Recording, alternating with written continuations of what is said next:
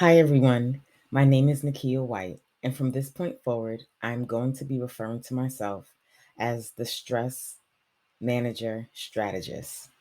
In previous videos, I let you know that I have training as a social worker, therapist, and as a coach. However, saying all those titles can be a little overwhelming. And at the end of the day, whether I'm working with someone in a therapy setting or in a coaching setting, the ultimate goal is to help give people tools that will help them to learn how to manage their stress and anxiety better, which means they would have to start prioritizing their self-care. And that is what I do. My passion is working with professional women who work so hard at helping everyone, being excellent in all that they do, serving the community, but for whatever reason have a hard time providing that amount of dedication to themselves. So, just to sum up all that I do with people in whatever capacity I work with them, I will be referring to myself as a stress manager strategist. In today's Mental Health Minute video, I want to introduce the concept of the mini habit. In my two previous videos, I discussed the importance of developing a mental health hygiene routine, little activity or activities that you would do each day that helps lower your stress and your anxiety. And in the second video, I provided a few ideas. Well, in this video, I want to discuss a tool you can use if you're having a hard time developing this habit. I don't know what it is about our brains, but even habits that we know will be beneficial to us when we do them, for some reason, our brains still form a resistance against it. A perfect example about this with me has is when I wanted to start the habit of having a quiet time every day, starting the day off, sitting still, meditating, or sitting in silence. Either way, just tuning in with myself, taking deep breaths, just kind of centering and grounding myself before my day starts. And I found that I was having a very hard time doing this. I would wake up with the intention of doing it, but either stay in the bed too long to get up, or I'll feel like, well, I have work that I need to do, so let me just jump into my work, or let me just run to the gym. Either way, I could feel that I was having a resistance against doing this activity that I know in the long run could help manage my anxiety on a day to day basis. And so I was introduced to the concept of a mini habit, learned about the mini habit from reading a book called Mini Habits. I will be sure to leave the link um, below this video. And basically, this is such an amazing tool you can use when you're trying to develop a new habit that you're having a lot of resistance doing. How do we know we're having resistance with this habit? Because you're not being consistent in it. It's very easy to develop excuses as to why it's not happening. Or anytime you think about doing it, you have like this wave of dread or anxiety, and ultimately probably don't follow through on doing it. All of those are examples that there's some form of resistance. And even though it's very tempting to judge ourselves for having this resistance, we might call ourselves lazy, we might say that we don't have any willpower. The reality is there's something about this activity that is activating our anxiety response system. Doesn't always make sense because many times these activities actually will help us with anxiety, but there just might be something about it that causes us to be anxious. And so our brain, like anything that makes us anxious, wants to find a way to move away from what's triggering it.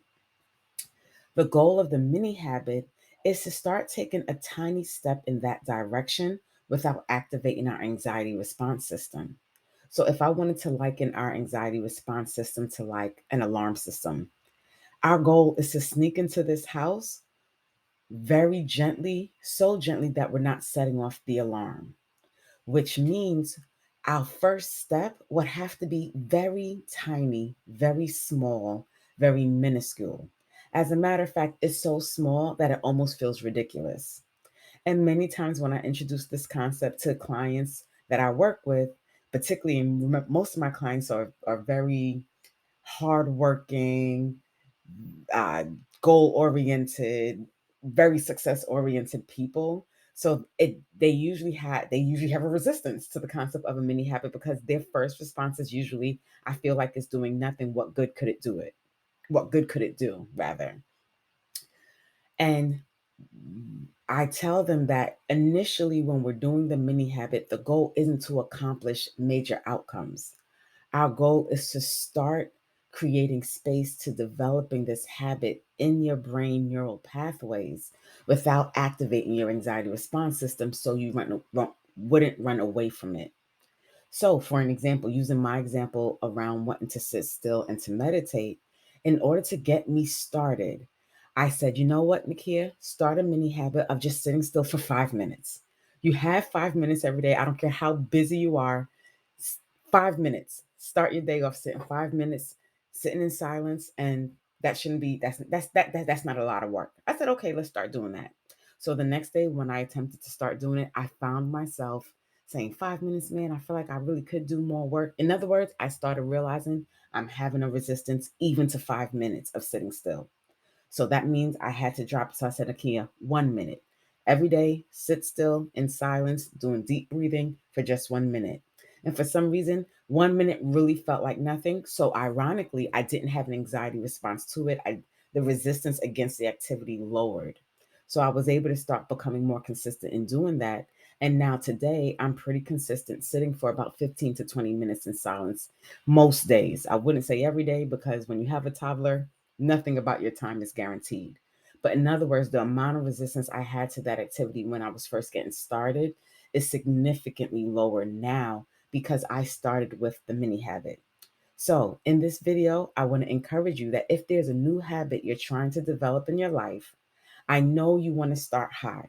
I know you want to accomplish a lot through the development of this habit. And you're right. If you can get yourself to do this habit consistently in your life, you will have an improvement. However, to keep to give you a chance to develop that habit, aka develop means it's going to take time. If you find that in trying to start it off, you're having resistance that is showing by you not being consistent, you making excuses, you not following through on your promise to yourself, then take that habit and reduce it into a mini habit. Make it so small that when you think about it, it feels like you're not doing anything. So you should be able to do that nothing every day. And what you may not realize you're doing is you're starting to develop neural pathways in your brain around the activity. So that, for instance, when I was doing it for just 1 minute, now the thought of sitting down and sitting in silence is becoming normal for my brain. So now when I start to increase the time, it doesn't set the alarm system off or the anxiety response off as much because there's already been now a pathway around that activity. I hope the information in this mental health minute video was helpful to you. I will do another video kind of following up on this concept because I think it's such a small but powerful concept we can use to start developing new positive habits in our life. I hope you have a positive and productive week. Thank you.